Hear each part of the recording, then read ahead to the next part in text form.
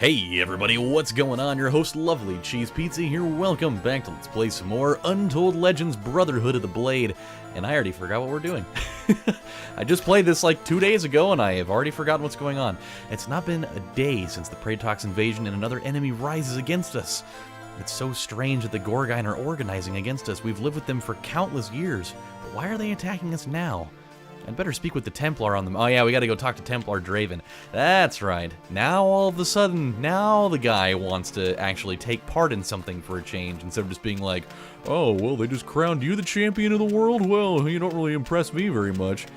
But I'm not gonna actually put you to the test. I'm just gonna sit here and stand out looking into nothing for a while. It is time for the Gorgine's uprising to be put to an end. Skulkra, the matriarch of the Wallowpit tribe, must be eliminated. You are most suited to perform this task, and not me, even though I'm the guy that runs all of the military action around here. The safety of this great city resides in your hands. Do not fail us. Well, I won't. You can go right back to doing whatever it was that you're doing, you know, maybe fantasizing about porn or something.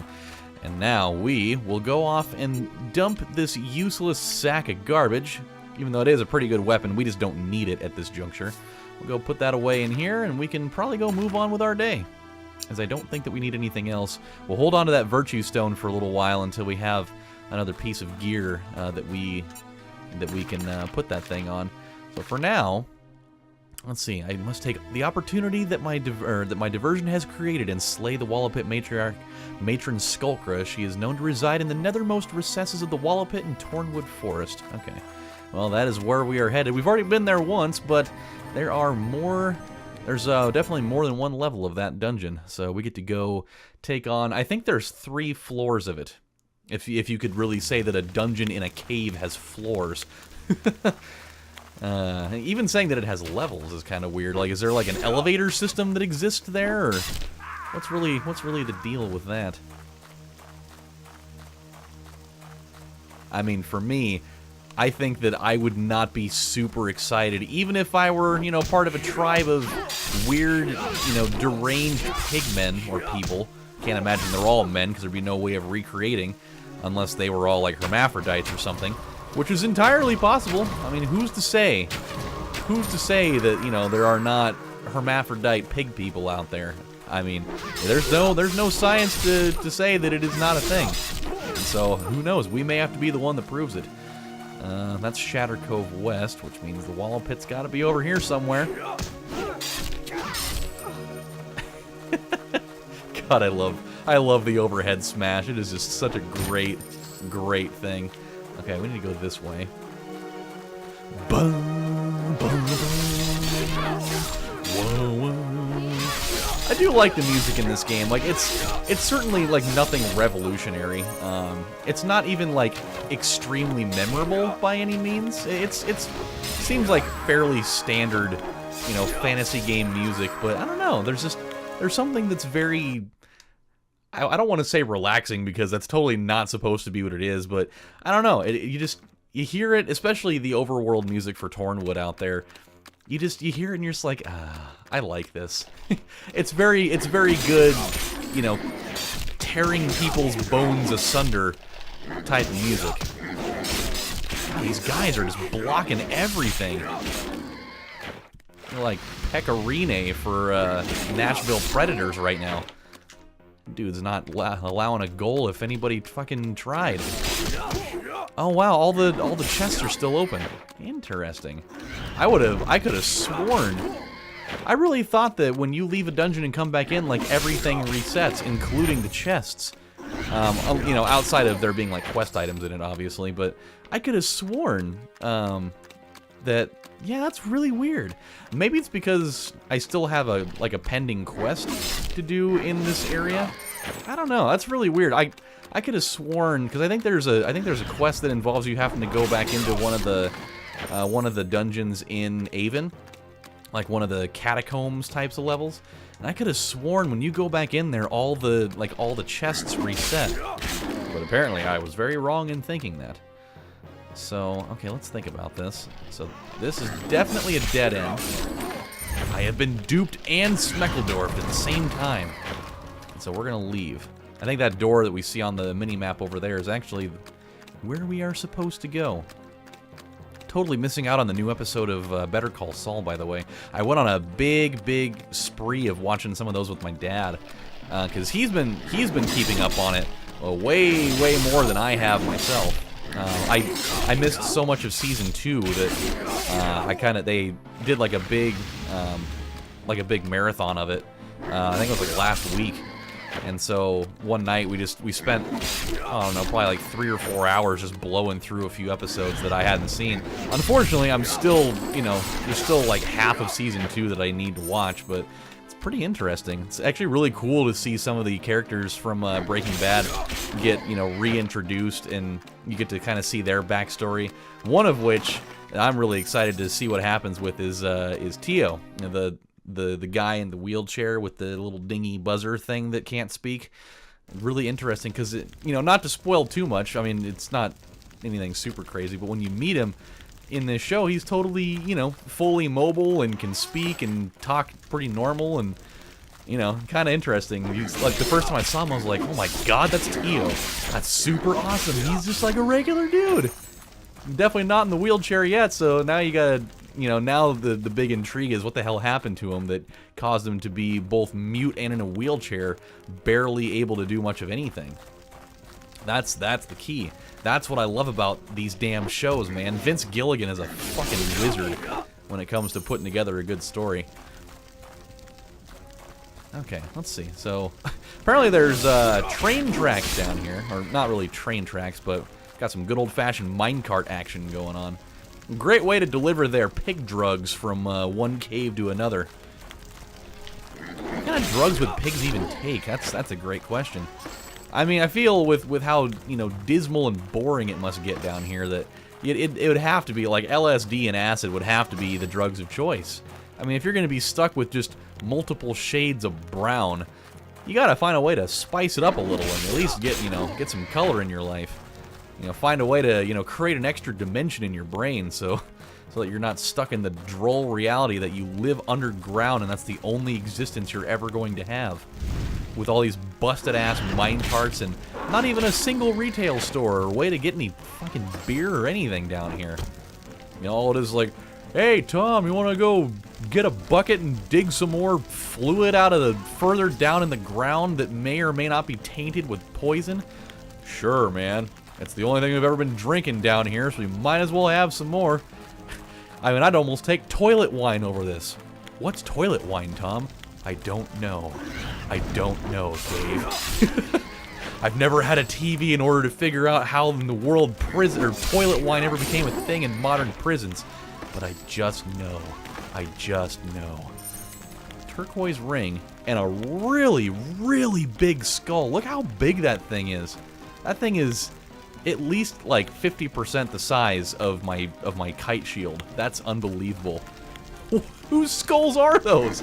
Those are definitely bigger than just the regular people in here. I'm fairly intrigued both A, whose skull that is and whose bones are these? Like, these bones are fucking gargantuan. Oh yeah, and apparently there's a lot of them. I mean, there's a lot of them. Who in the hell did they kill multiple times over and gut them and make this cool-ass interior design for? It's either, there's like some big-ass dinosaurs out here that we are not aware of just yet, or somebody is a wizard with some crazy glue and they're just gluing everyone's bones together that they're, cannibalizing and killing. Certainly a possibility. We don't know that. Oh, yeah. Oh, I need to check out that weapon we just picked up. It was a static. It was like a flamberge of static. Might as well check it out. A bronze saber of static. Oh, it's got the lightning harm shield, too, which is nice, but it's just too weak. But we can get 30 coins out of it, 30 gold. So I'm certainly down with that. That seems worth my time. Yeah, you want to try and get me with your elemental bullshit? I can do it too, Yeah. Dropping a nice big pile of gold. Everybody's getting in on it. Okay, let's use one of these. I'm trying to be... Ooh, the butcher. Oh my god, he's huge! Jeez, he's even running around carrying a piece of meat with him. How dare you step into my office? You're supposed to take a number. Have you never been to a meat market before? You're not supposed to disturb me while I'm slicing this fine venison. It's either that or this is what Harold from Hey Arnold decided to do after Mr. Green wouldn't let him be in there. And he decided to steal from him. God, that is a huge, huge meat cleaver. Thing also looks like a punching bag that he's holding. But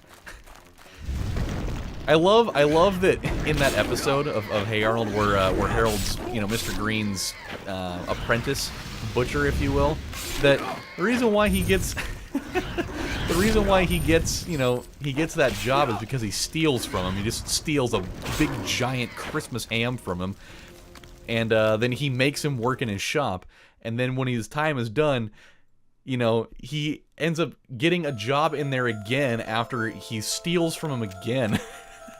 And he's just like, I don't want you working in here, damn it! But, you know, and then after that he's like, ah, shit, he learned too much.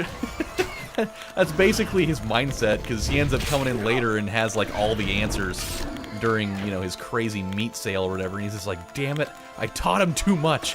Now he's gonna bother me for the rest of my life. Even though he's the one that broke down and gave him a job. This area of this dungeon seems a little spory. Seems a little. There's a. It's like the dungeon equivalent of having a candida overgrowth. I mean, this is disgusting.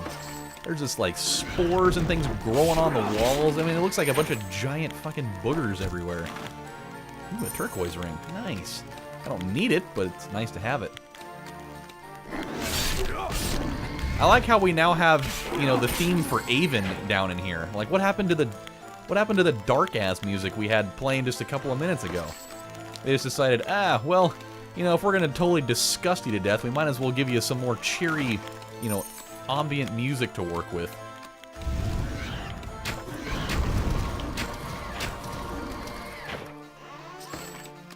God, there's just so much of it out here.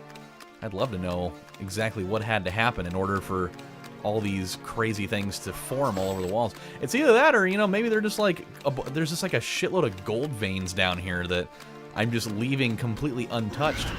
And I don't have, you know, the proper, I don't have the proper equipment to, you know, excavate it from this area.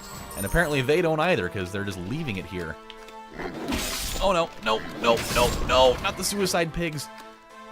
Which, hey, sounds like a good, like, early 2000s, like, death metal hardcore band name.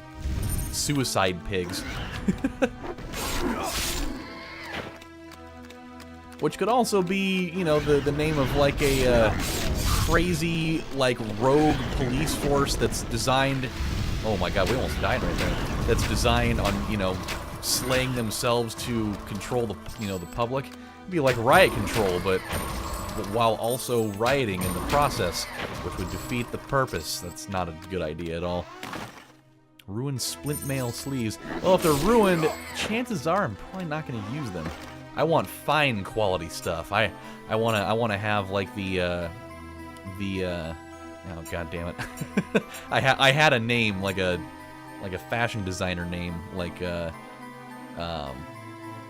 Charles Louboutin or whatever his name is. Let's see. Steel Stave of Brutality. It looks cool. I don't really know the whole thing of, like, are these supposed to be like knives on the outside? I've always wondered that. It looks almost like feathers, like it should be, you know, like a stave being used for something else. Bronze scale sleeves. Level 13. That might not be a bad thing to use that virtue stone on. But we'll hold off on that for a moment. Let's change these over. Hey, look at that. Our color coordination's almost complete. Looking pretty good, though. The only thing we're missing is just having a not early... Oh, we've got the thing! Now, if with this crowbill, even though we're obviously not going to use it for this fictional situation that I'm building, but if these were indeed gold veins, that actually would be a really cool little side thing that you could do in this game. I mean, you know, obviously it's way too late for me to contact Sony Online Entertainment. Be like, hey, if you were to get, you know, like a crowbill, or I think like an ads, is it adds, or adze, and ADZE. It's another, you know, pick-like thing. That if you were down in a dungeon like this that had, you know, gold mines or whatever the fuck these things are even supposed to be, that you could equip it and you could, you know, break them down and have there be, you know, maybe like some different treasures you could pick up. I think that'd be awesome. That'd be a really cool little thing that, you know, maybe by sheer accident, you know, the player could figure that out. You know, you equip that item and you're just like, oh, I wonder if I could do anything with that. And you just hit one of those big, huge veins on the wall, and like a bunch of gold falls out. Or maybe like every once in a blue moon you'll get like a, you know, like a ring that comes out, or maybe, you know, like a lambent crystal, or, you know, like those elemental stones that you can use to enchant weapons. I think that'd be a cool little, you know, nice little touch to have at the end. Is it gonna happen? Obviously not, because this game has been released without my recommendation being, you know, taken advantage of. So dexterity, again, still way up there. So we'll go strength and stamina. Keep that going. Have 2 upgrades to use. So I say we throw 1 on capacity. And then we'll put 1 in arrow. Now that we're using our arrows a lot more, having them do 120% damage, pretty damn good. So let's see where we're at now. Yeah, 115, still below 100 on our damage here. 311 though for overall health, not too bad. And then still just an ass load of dexterity. So that's one reason why our range attacks are looking so sweet right now. Eventually, we're gonna have to start pouring some points in there. Ooh, a worn bronze gladius of brutality. Well, what can we do here? Wait, we're just about at capacity here. 31 and 56, not quite good enough, but more stuff to sell. It's always good when you can, you know, build up a little bit more of a nice little nest egg. Oh my God, there's so many people. There's so many people. Use the thing. Use the thing. There we go. I just realized I really haven't been using that to my advantage much in this playthrough. Really should do that more often, especially in a room like this where there's just so many fucking people that are really gunning for my head. That's crazy talk, by the way. I just used one of those flurries on him, which would have meant that I would have, you know, carved an X in his chest a good 3 times over with that, and he just stood there and just kept wailing on me. Like, what the hell? Oh, the matron. Is she a melee-oriented being, you know, being of brutality, or is she a wise woman of the cloth? Oh my God, she's huge! Jeez, I thought the butcher was big. Oh my God, she's fucking enormous. And she's not engaging with me, which means there's probably gonna be some kind of dialogue to have with her. Oh my God. Yep, plot shield. What? Humans survived Pratox? This is not possible. Perhaps humans are stronger than anticipated, but the Gorgine do not fear you. The Gorgine will not be so easily squashed as bugs underfoot. Soon, Gorgine will reign over human city. Soon, Gorgine will feast on human flesh. Nothing can save stupid humans from us now. Time of humans is over. Time of Gorgine has come.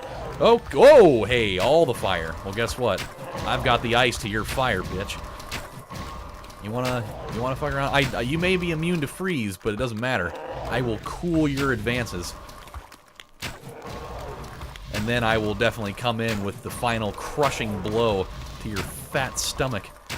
Well, like, what the hell you been doing? Eating your own babies or what? Sheesh. And I know that, you know, feasting on the placenta is considered a whoa! God! she belly flopped on me! What a fat ass! Yeah, take that. Jeez, let me carve you open. And then she killed me after she fell on me. Volume 7. Steel Charm, that's all you had, huh? I don't get to take your awesome skull-adorned staff? That thing's sick. Okay, let's see what that journal entry's got to say. And better yet, how she got a hold of it, because it's this dude's journal. I'd love to know how she came up on that. Day 8. She's been hovering at the edge of the campfire's light for 2 hours now. We sit, a tableau like two Wait, no, that's not the right one. It must be, there we go. Day 11, yes. The wildling girl laughs at my poor attempts at hunting. When she smiles, one might almost forget her unkempt hair and dirty skin. I wonder, were she gowned and perfumed like the ladies of Avon? Would she spare me a second glance? He's fallen for her, he is. She efficiently caught and killed 3 rabbits this morning and left half the meat with me. I've tried conversation, but chattering on about the excesses of the second Theranian dynasty seems to leave her bored. I wonder why. How we have underestimated these wildlings. They have much craft and even know of medicinal arts we have lost in Avon. When I told her of the Pratox spiders and the illness that sweeps Avon, she looked up at me with disgust. Her exact words, "You wall dwellers, you've forgotten, haven't you? Forgotten your duty, and you call us savages?" Yeah, yet again, more people saying that we've forgotten our purpose here, and I never remember what it is exactly. She stalked away into the night. I hope she returns. It's getting cold. All right, well, we're gonna learn more stuff about her at some point, I promise you. Well, now that we've effectively dispatched the old fat ass here, that's been, feasting on her own children and mounds of dirt and homemade gravy from these giant booger veins, she's gonna be taking a nice dirt nap. So I say we recall to Avon, pick up our reward now that that whole thing's been taken care of, I believe. Do we get to come back or do we not? Yes, we get to go back to Templar Draven, but we're gonna at least go dump off all... Well, no, you know what? We'll go talk to him now, and then we'll go dump off all of our crap in the next episode, because we'll have stuff to look at there. The people of Avon are now safe from the Gorgine threat, but I would not be so quick to rest easy. I have a suspicion that recent aggression by the Pratox and Gorgine is only the beginning. I'll be sure to maintain a close eye on the surrounding territories, and should any threat arise, know that you will be called upon again. You will accept this as compensation for your services. It will serve and protect you well in these uncertain times. See, again, that's another thing. They're like, oh, take this. It will serve you well in the upcoming battles. People say that so many times after these, and it's the same weapon that we just got, damn it. You're like, hey, I know you went and sold this, but I bought it for a bargain, and now I'm going to give it to you again. It's like, you asshole, I don't want it. I don't want your crappy stave that is going to do me no good here. Alright guys, well, we're going to stop right here. When we come back on the next installment of Let's Play Untold Legends Brotherhood of the Blade, there's going to be more people for us to talk to figure out what we're going to do about this Gorgine and Pratox invasion that seems to be raging on. So until then, my friends, this is your host, LovelyCheesePizza, saying thank you guys for watching, and when we come back, we'll go to the market and sell off all of our crap and upgrade our gear a little more. So I will see you next time. Take care, everybody. Bye.